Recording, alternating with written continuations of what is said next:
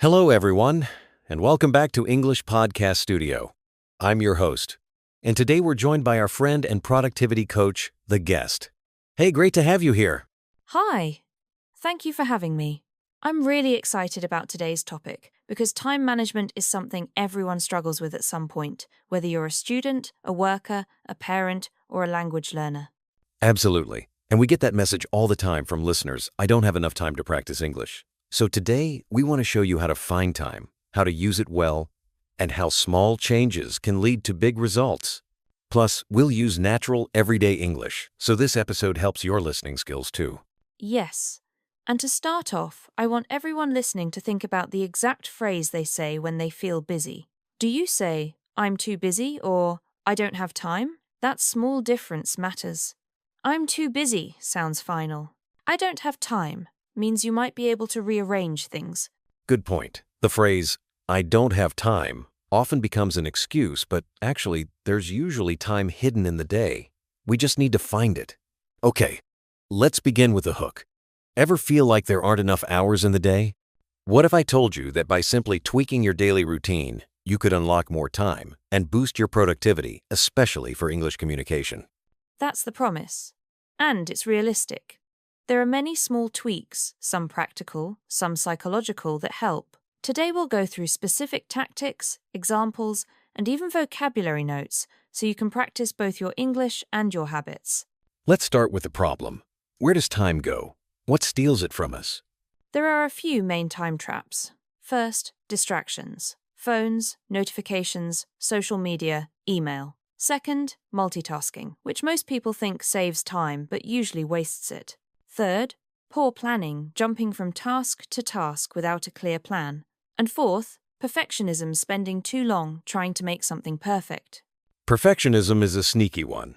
People spend an hour polishing something that could be good enough in 10 minutes. That's the opposite of productivity.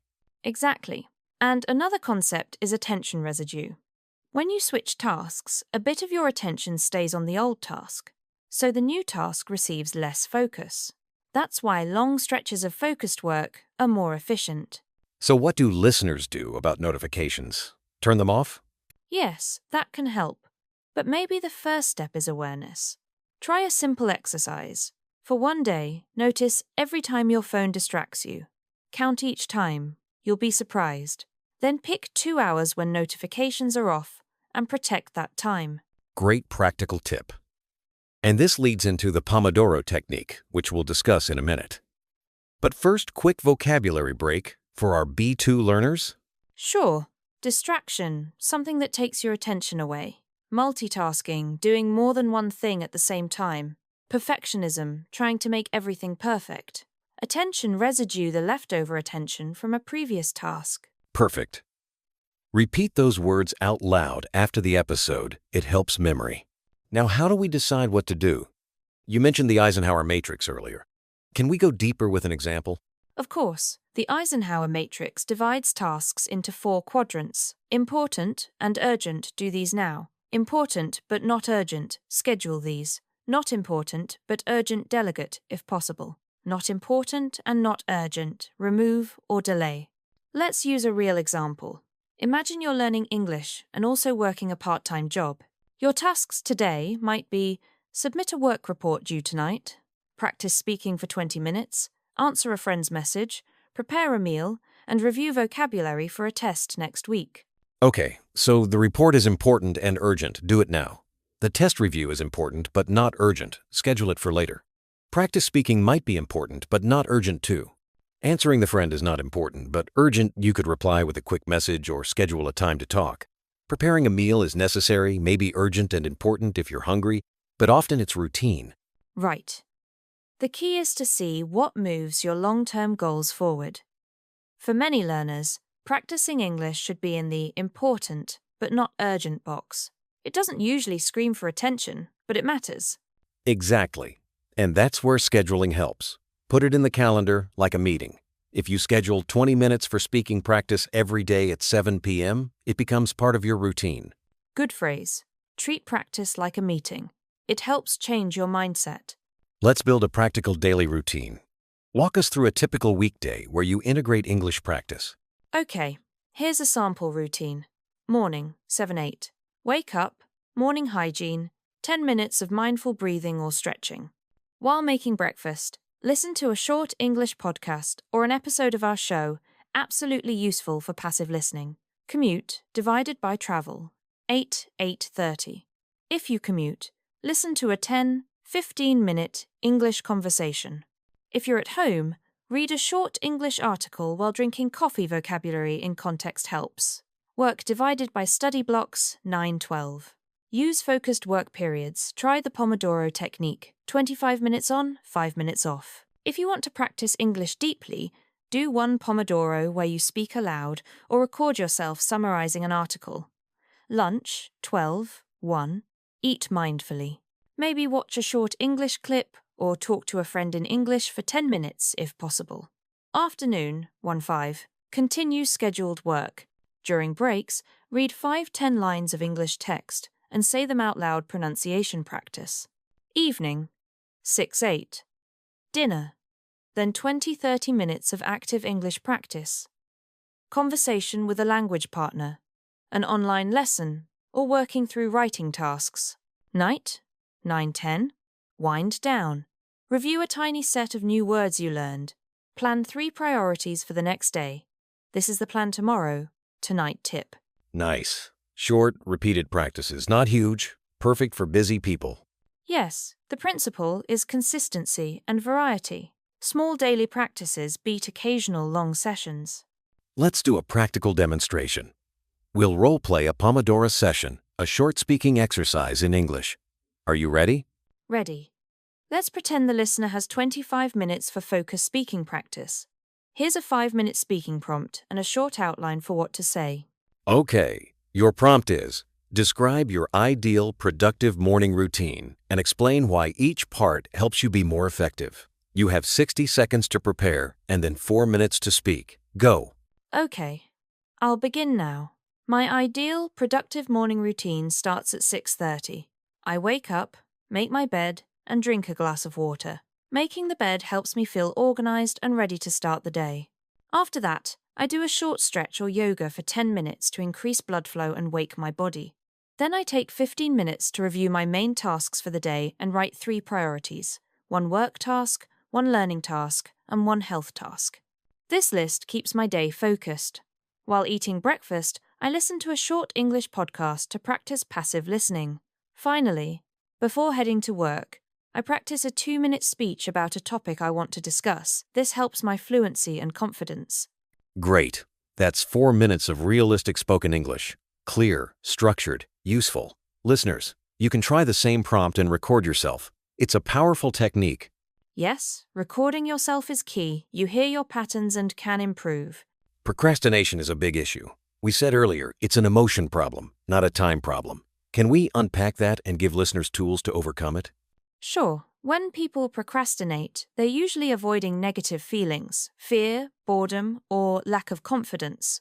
So the solution is emotional too. Here are practical steps. The 5-minute rule. Commit to starting for 5 minutes. Often you continue after starting. Break tasks down. Large tasks feel overwhelming. Break them into tiny steps. Use accountability.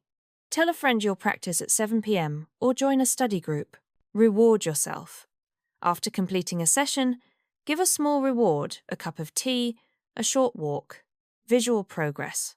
Use a habit tracker to mark each day you completed your practice. Can you give an example for an English learner who keeps postponing speaking practice? Yes. First, set a very small goal.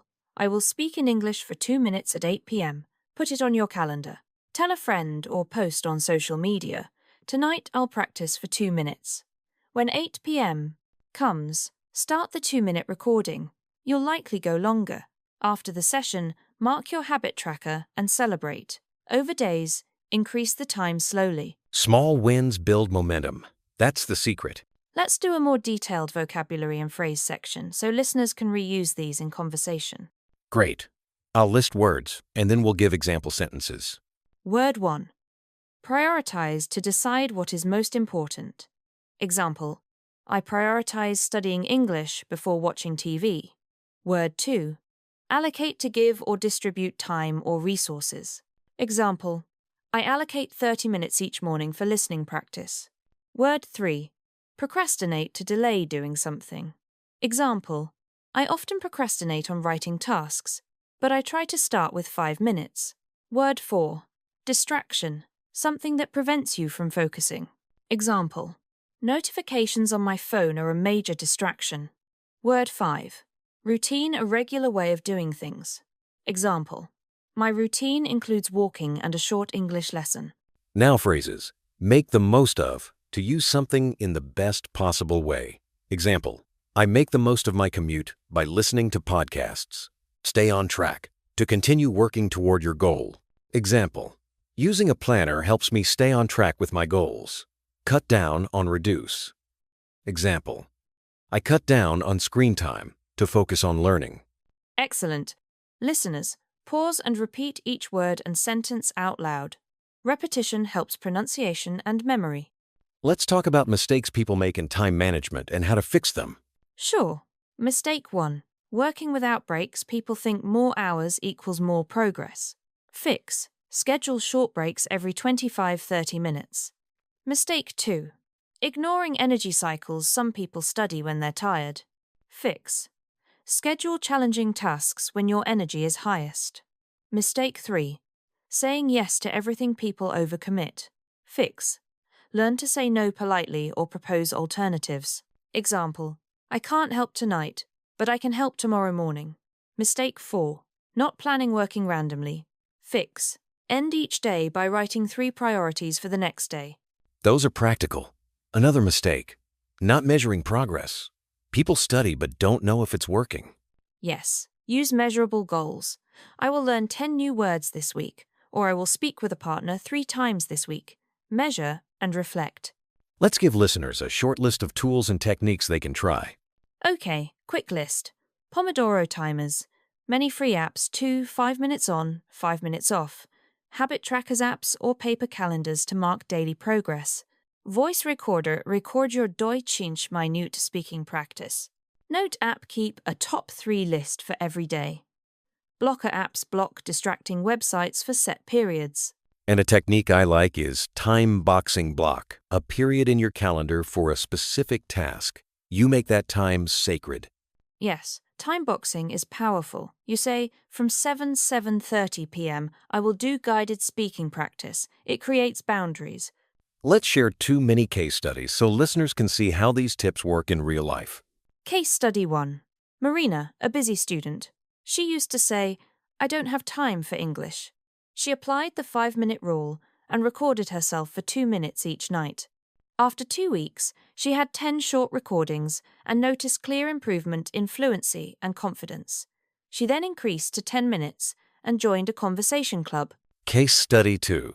Ahmed, a full-time worker. He began protecting his morning hour and used 20 minutes for focused study before work. He used time boxing in the evening for 25 minutes of reading. After a month, his listening comprehension improved and he felt less stressed. Both show small, consistent changes lead to big improvements. Okay, challenge time. We promised a 7-day challenge earlier. Let's give step-by-step instructions. Day 1. Audit your time. Keep a simple log for 24 hours, what you do and how long. Notice where time goes. Day 2. Pick one practice. 10 minutes of English listening in the morning. Schedule it. Day 3. Try a Pomodoro session for focused speaking practice. 25 on, 5 off. Day 4. Eliminate one distraction for the day, maybe notifications or social media. 8-9 p.m. Day 5.